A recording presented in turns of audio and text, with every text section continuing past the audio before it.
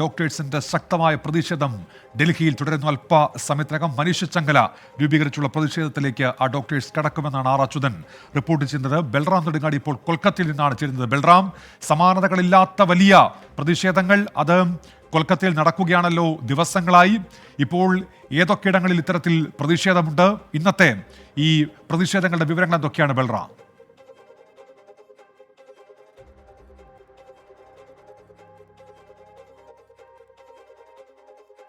മുതൽ തന്നെ 8 മണി മുതൽ തന്നെ ശക്തമായ മഴ പെയ്യും.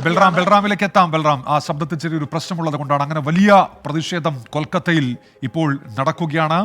ഡോക്ടറുടെ കൊലപാതകവുമായി ബന്ധപ്പെട്ട്, ബലാത്സംഗ കൊലയുമായി ബന്ധപ്പെട്ട് ബംഗാൾ പോലീസിന്റെ നടപടിക്കെതിരെ, കൊൽക്കത്ത പോലീസിന്റെ നടപടിക്കെതിരെ വലിയ പ്രതിഷേധം ഇപ്പോൾ നടക്കുന്നുണ്ട്. കൊൽക്കത്ത കേന്ദ്രീകരിച്ചുള്ള പ്രതിഷേധങ്ങൾ രാജ്യവ്യാപകമായി മാറുന്നു നമ്മൾ കാണുന്നുണ്ട്. ഡൽഹിയിൽ ഇപ്പോൾ വലിയ പ്രതിഷേധം നടക്കുന്നു, ഡോക്ടേഴ്സിന്റെ പ്രതിഷേധം നടക്കുന്നു. മനുഷ്യച്ചങ്ങലയടക്കം രൂപീകരിച്ചുകൊണ്ടുള്ള പ്രതിഷേധത്തിലേക്ക് അവിടെയും ഡോക്ടേഴ്സ് കടക്കുകയാണ്. കൊൽക്കത്തയിൽ ദിവസങ്ങളായി വലിയ പ്രതിഷേധമാണ് ഈ ഡോക്ടറുടെ കൊലപാതകവുമായി ബന്ധപ്പെട്ട് നടക്കുന്നത്. സിബിഐയുടെ അന്വേഷണം ഒരു ഭാഗത്ത് പുരോഗമിക്കുന്നുണ്ട്. പ്രതി ഇപ്പോഴും CBI സംഘം ചോദ്യം ചെയ്യുന്നുണ്ട്. മുൻ പ്രിൻസിപ്പലിനെ ചോദ്യം ചെയ്യുന്നുണ്ട് കൂടുതൽ വിവരങ്ങൾ ശേഖരിക്കുന്നതിന് വേണ്ടി. അതിനിടയിൽ പോലീസ് സ്വീകരിക്കുന്ന ചില നടപടികൾ അവിടെ വലിയ പ്രതിഷേധത്തിന് കാരണമാവുകയും ചെയ്യുന്നുണ്ട്. സർക്കാരിൻ്റെ നടപടികളും അവിടെ പ്രതിഷേധത്തിന് ഇടയാക്കുന്നുണ്ട്. ഈ പ്രതിഷേധക്കാരെ പിന്തുണച്ച അധ്യാപകരൊക്കെ കൂട്ടത്തോടെ സ്ഥലം മാറ്റിയ ബംഗാൾ സർക്കാരിൻ്റെ നടപടിയടക്കം വിമർശന വിധേയമായിട്ടുണ്ട്.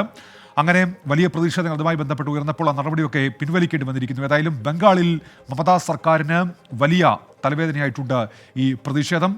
അവിടെ കൊൽക്കത്ത പോലീസ് സ്വീകരിക്കുന്ന നടപടികൾ, പ്രതിഷേധക്കാർക്കെതിരായ അവരുടെ സമീപനം, അതൊക്കെ വലിയ വിമർശനങ്ങൾക്ക് ഇപ്പോൾ ഇടയാക്കുകയും ചെയ്യുന്നുണ്ട്.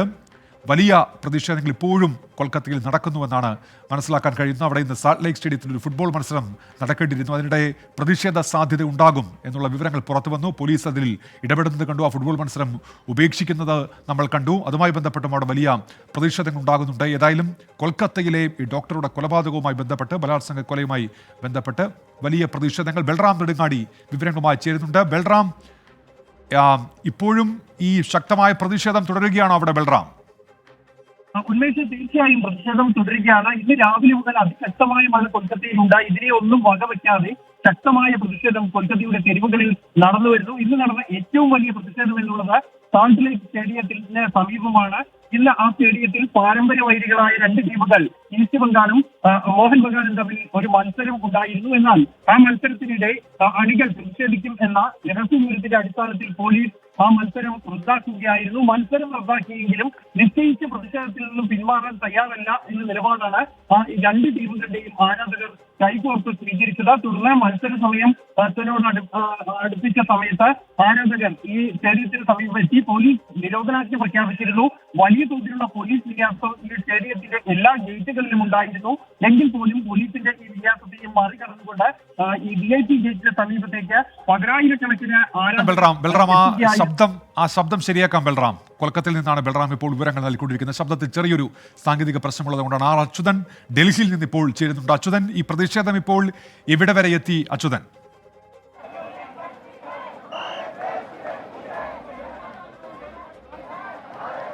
പ്രതിഷേധം ശക്തമായി തന്നെ മുന്നോട്ട് പോവുകയാണ് ഉന്മേഷ്. ഏതാണ്ടൊരു 6 മണിയോട് കൂടിയാണ് ഡോക്ടർമാരുടെ സംഘം പല ഇടങ്ങളിൽ നിന്ന്, പല ആശുപത്രികളിൽ നിന്ന് ഈ ഡൽഹിയിലെ രാജീവ് ചൗക്കിലെ മെട്രോ സ്റ്റേഷൻ 1-ാം ഗേറ്റിലേക്ക് അവർ എത്തിത്തുടങ്ങിയത്. അതിനുശേഷം അവർ ഒരു വലിയ കൂട്ടമായി ആ നീതിക്ക് വേണ്ടി, കൊൽക്കത്തയിലെ ഡോക്ടർ നേരിട്ട ക്രൂരമായ ബലാത്സംഗം, അവരെ കൊലപ്പെടുത്തിയ ആ സംഭവം, അതിന് നീതിക്കായി ഡോക്ടർമാർ അണിചേർന്നുകൊണ്ട് ഒന്നടങ്കം മുദ്രാവാക്യം മുഴക്കുകയായിരുന്നു. അവർക്കാദ്യമായി വേണ്ടത് ആ ഇരയ്ക്ക് നീതി ഉറപ്പാക്കുക എന്നുള്ളതാണ്. ആ നീതി ഉറപ്പാക്കിയ ശേഷം ഈ ഡോക്ടർമാർ അവരുടെ തൊഴിലിടങ്ങളിൽ നേരിടുന്ന ഒരുപാട് സുരക്ഷാ പ്രതിസന്ധികളുണ്ട്. അതിൽ പ്രധാനമായും ചൂണ്ടിക്കാട്ടുന്നത് ഈ വനിതാ ഡോക്ടർമാരുടെ സാഹചര്യമാണ്. കാരണം അവർ ആവശ്യപ്പെടുന്നത് ഈ തൊഴിൽ പ്രവൃത്തി സമയങ്ങളിൽ ആ മേഖലകളിലെല്ലാം CCTVകൾ ഏർപ്പെടുത്തണം, പോലീസ് എയ്ഡ് പോസ്റ്റ് സ്ഥാപിക്കണം, അതുപോലെ തന്നെ ഈ CPA എന്ന് പറയുന്ന ആക്ട് അത് നടപ്പാക്കണം. പക്ഷേ അതിൽ ഇതുവരെയും കേന്ദ്രത്തിൻ്റെ ഭാഗത്തു നിന്ന് ഒരു അനുകൂല ഇടപെടൽ ഉണ്ടായിട്ടില്ല.